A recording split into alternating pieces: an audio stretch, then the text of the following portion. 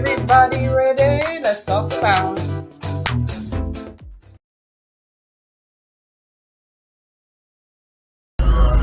Somebody tell me now. Go after president. Somebody tell me now. What's up, you guys?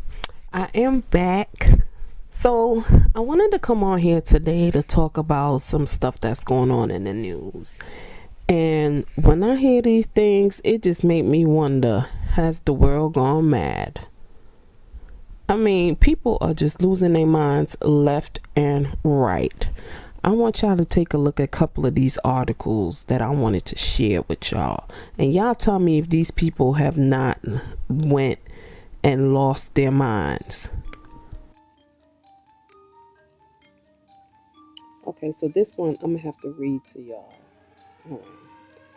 So, a Utah father arrested after allegedly telling 4-year-old to shoot at police. Okay. A Utah man was arrested Monday after allegedly telling a 4-year-old to shoot at police officers. The Unified Police Department of Greater Salt Lake said an officer was able to swipe the gun away as a round was fired, and the officer only sustained minor wounds to his arm. Police said the incident began at approximately 1:30 p.m. local time when a man received the wrong order at a McDonald's drive-thru in Midvale. He then brandished the firearm at employees, police said, and employees asked him to drive to the front of the store while they fixed the order. Employees then called the police. When officers responded, they issued several verbal commands for the man to exit the car, but he refused, police said. Officers then pulled him from the car and began to take him into custody, but as they were doing so, police said, an officer turned back toward the vehicle and saw a gun pointing out from the rear window. The officer was able to swipe the gun to the side as a round was fired, police said. The officer noticed the child's age and alerted the other officers. Police said the child was in the back seat with a 3-year-old, adding that information collected during this ongoing investigation indicates that the father of the child told the child to shoot at the police. Salt Lake County Sheriff Rosie Rivera said it was a sad day for law enforcement in our community, adding this needs to stop and we need to come together as a community to find solutions to challenges we face in our neighborhood. All I have to say about this is if you can't even, you strapped and you going to daggone McDonald's, and because they got your order wrong, you tripping like that, something is wrong with you. And these the people that they give guns to. This don't make no good sense. Anyway, let's go on to the next story. Alright, y'all, so check this one out. This one says, former Louisiana teacher admits feeding students sperm-laced cupcakes. This is some crazy mess. Cynthia Perkins was sentenced to 40 years of hard labor in a deal that requires her to testify against her ex-husband, a former sheriff's lieutenant. All right. A former Louisiana middle school teacher has been sentenced to 40 years behind bars after admitting she fed students cupcakes laced with the sperm of her ex-husband and sheriff's lieutenant. Cynthia Perkins, 36, was sentenced Friday to 40 years of hard labor without the possibility of probation or parole. She accepted a plea bargain on Monday to charges that included second-degree rape, producing child pornography, and conspiracy mingling of harmful substances. The deal requires her cooperation against ex-husband Dennis Perkins, 44, a former SWAT team commander for the Livingston Parish Sheriff's Office, scheduled to stand trial later this year. Cynthia Perkins admitted assisting her husband in sexually assaulting a juvenile, helping her husband film a juvenile bathing, and lacing cupcakes with her then husband's sperm before feeding them to school children. The couple were arrested in October 2019 and indicted on 150 charges. Perkins' defense attorney told the paper that a lot of thought and deliberation went into the plea negotiations and called the deal his client accepted the best possible outcome. She feels a lot of remorse over what's happened. This is not the kind of case where people are going home happy, but this was the best possible outcome. When I tell you people sick in their head, people are sick in their head. Okay? Here go another ones. Pastors Eat Pussy Too. So, this is about a book that came out talking about pastors eat coochie too. Now, did we need to know that?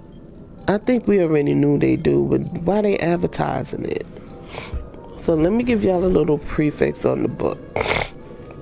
Now, Shauna, or Nunu Spearman, a local Chicago native, lives her life by one simple motto: use what you got to get what you want. She's a certified bad bitch that knows how to use her honey to make money. But when her one of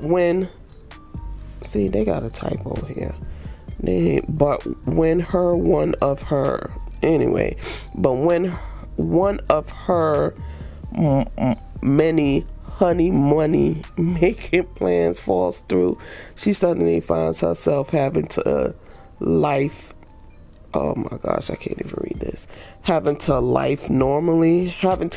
normally for once. The prospect of prison forces her to take a plea deal that requires community service.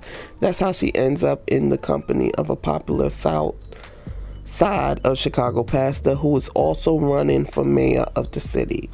One thing leads to another. Nunu finds herself scheming and scamming once again. But will her plan backfire? Find out more in Pastors Eat Coochie Too. Alrighty then. Let's see. This one here. Nurse sets fired. Nurse sets co-worker on fire in hospital break room. New Jersey officials say. Don't he look back crap crazy? Look how he look. He look crazy as shit. Anyway, a travel nurse is accused of setting fire to his co-worker in a New Jersey hospital and fleeing in his car before law enforcement arrived. The incident unfolded early Monday, February 7th, at Hackensack University Medical Center in Northeast New Jersey and left the victim with third-degree burns. The Bergen County Prosecutor's Office said in a news release. According to the release, police received a 911 call at 5:15 that a hospital employee was attacked and burned by another individual in a break room. Violence would not be tolerated in our network.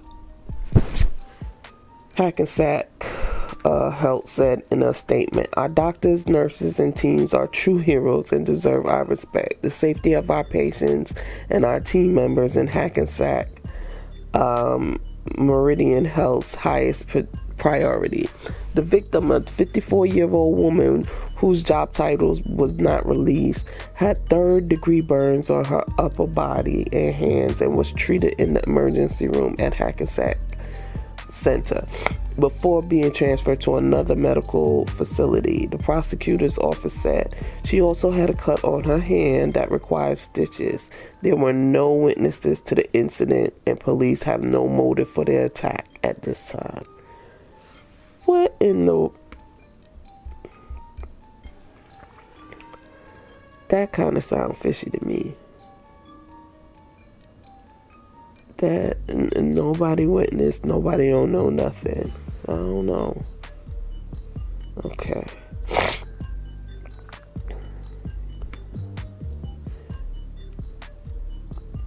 The guy's name is Nicholas Pagano, and he was on the run. child. All right. This one is about y'all uncle. Yes, Uncle Joey. Biden, ATF suggests Americans report current former partners' illegal gun activity for Valentine's Day.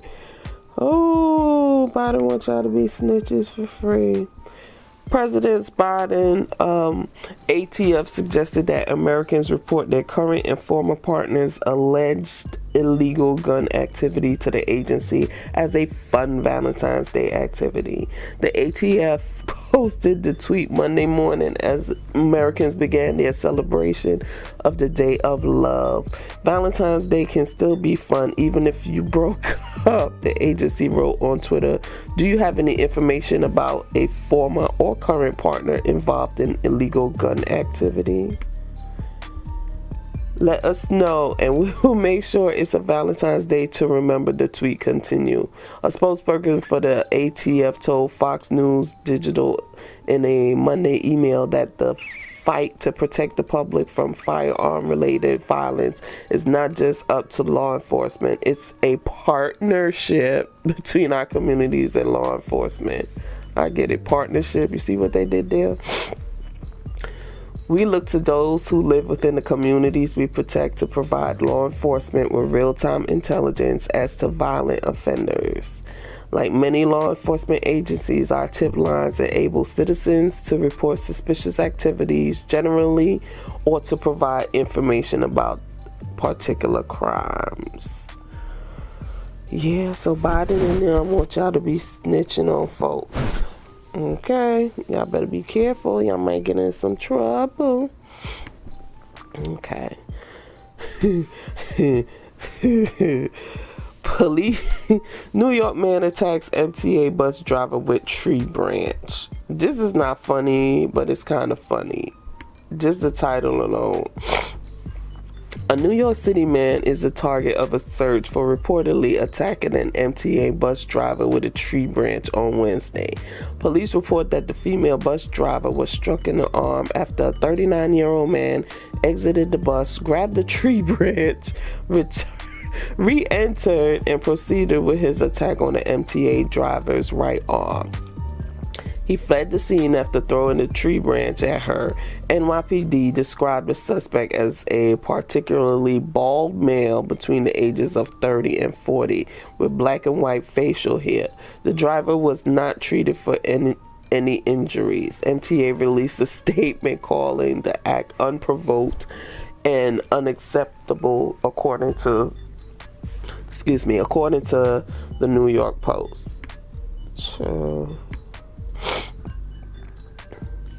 MTA bus operators are part of the lifeblood of the city and should never have to work while fearing for their safety and the safety of their passengers. This attack was unprovoked and unacceptable, and the MTA will work with the NYPD to identify the attacker and bring them to justice. The suspect was last seen wearing a brown hoodie, light blue jeans, and black sneakers. Alright. Now, this is some crazy mess here. Listen to this. Rape victims have a new terrifying reason to be silent. Their DNA could be used against them. Ain't that some mess?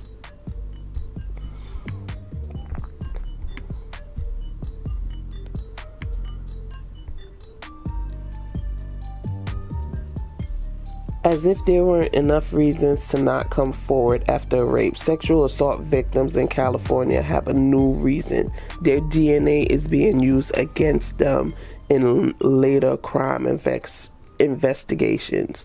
No, you didn't read that wrong. California crime labs have turned DNA from a sexual assault into potential evidence grab bags for unrelated criminal investigations.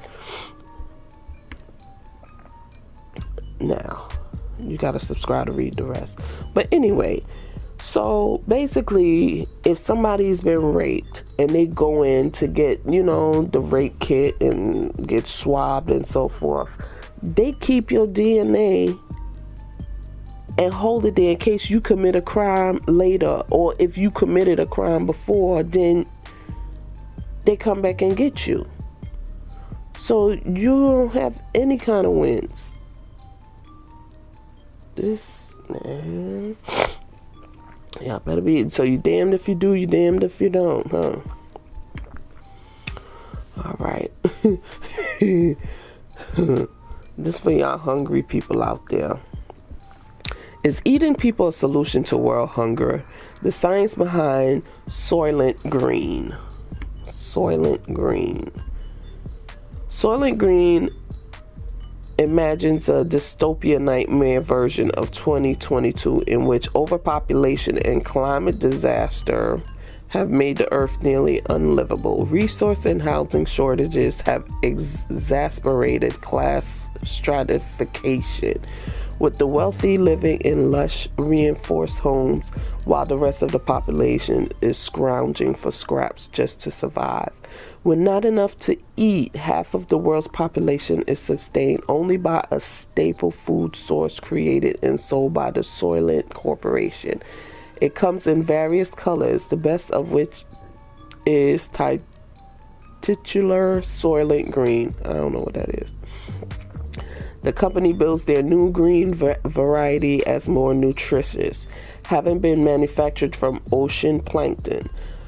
But by the end, we know the truth. Soylent Green is people. This film was a stark commentary about the dangers of destroying our environment and the lengths to which some corporations could go to maintain profit.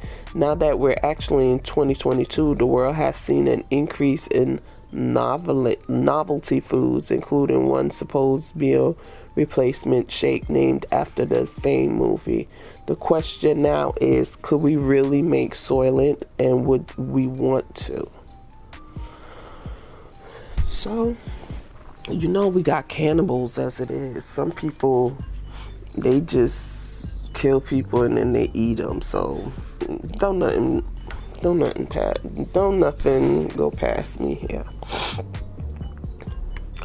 Let's see what this article is. Co-worker noticing fake baby bump unravels woman's scheme to get unwarranted maternity leave.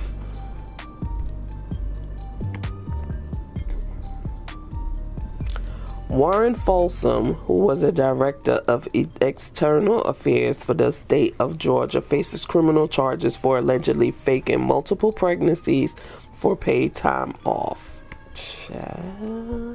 A former Georgia state employee now faces criminal charges after she allegedly faked multiple pregnancies for paid time off. Robin Folsom, 43, of Atlanta, was indicted on February 10th on 3 counts of false statements and 1 count of identity fraud, according to an indictment obtained by Oxygen.com. Folsom is a former employee of the Georgia Vocational Rehab Agency, where she allegedly abused the use of family medical leave under false pretense. A Monday press release from the Georgia office of the Attorney General states she allegedly told the agency's human resource at the former job where she supervised the agency's marketing and media communications in late 2020 that she was pregnant, according to the Office of the Inspector General. In May of 2021, the department got an email from a person who claimed to be the baby's father announcing the birth. In turn, the agency approved about 7 weeks of paid leave for Folsom. That's a come up. I'm not even gonna lie. However, one of Folsom's co-workers noticed that something seemed off and they blew the whistle, notifying the Office of the Inspector General. In March of 2021, a co-worker observed the lower portion of Folsom's stomach come away from her body and believed Folsom wore a fake pregnant stomach.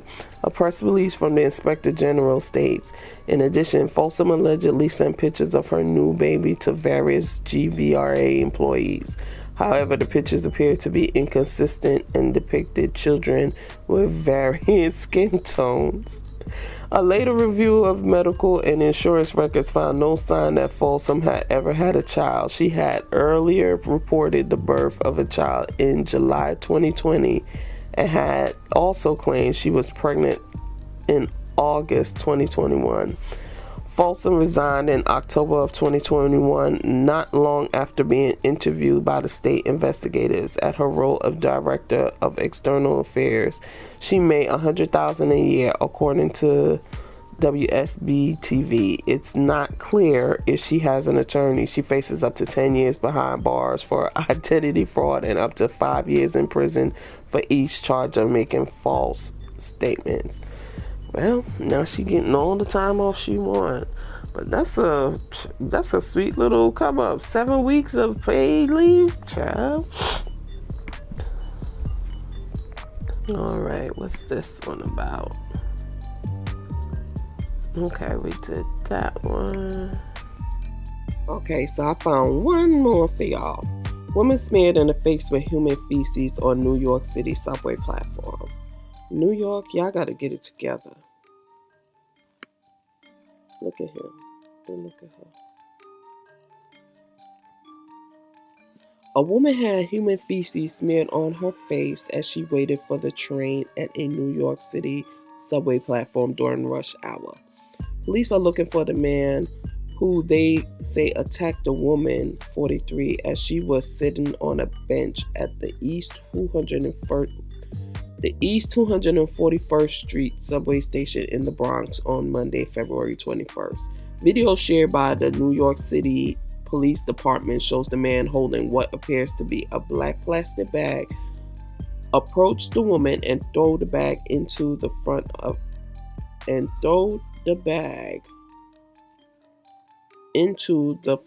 of her face at 5:15 p.m.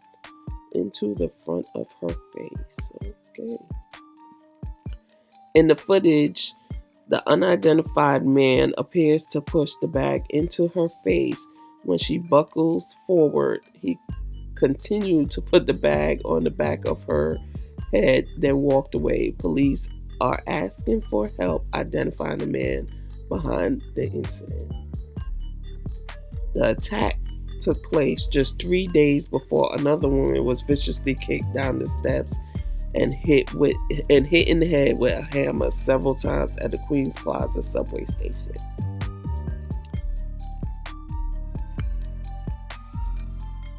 That woman suffered a fractured skull and lacerations to her head. Authorities said she was taken to New York Presbyterian Hospital in critical condition. A spate of disturbing attacks have been reported at police stations in New York City, prompting Mayor Eric Adams and New York Governor Kathy Hochul to unveil a new plan to combat violence on public transit less than 2 weeks ago. The city's transit chief also announced that barriers or doors should be installed on some subway platforms, and teams of officers and mental health workers will be deployed to remove homeless people from stations and to get rid of the disorderly activity. Yeah, so that really sucks for her. Can you imagine? But look how she's sitting, and this guy is coming up to her. First of all, she's in a position where, she can't even fight back. She can't do nothing. She's just sitting there. You see people coming up to you, you got to be ready. You don't know what's going to happen. I wouldn't have been sitting there like that, all comfortable. And living in New York and hearing all kind of stuff that's happening already. No. I'm sorry. But yeah, I would have got up and been in defense mode. So thank you guys for watching. And I'll catch y'all on the next one. Bye.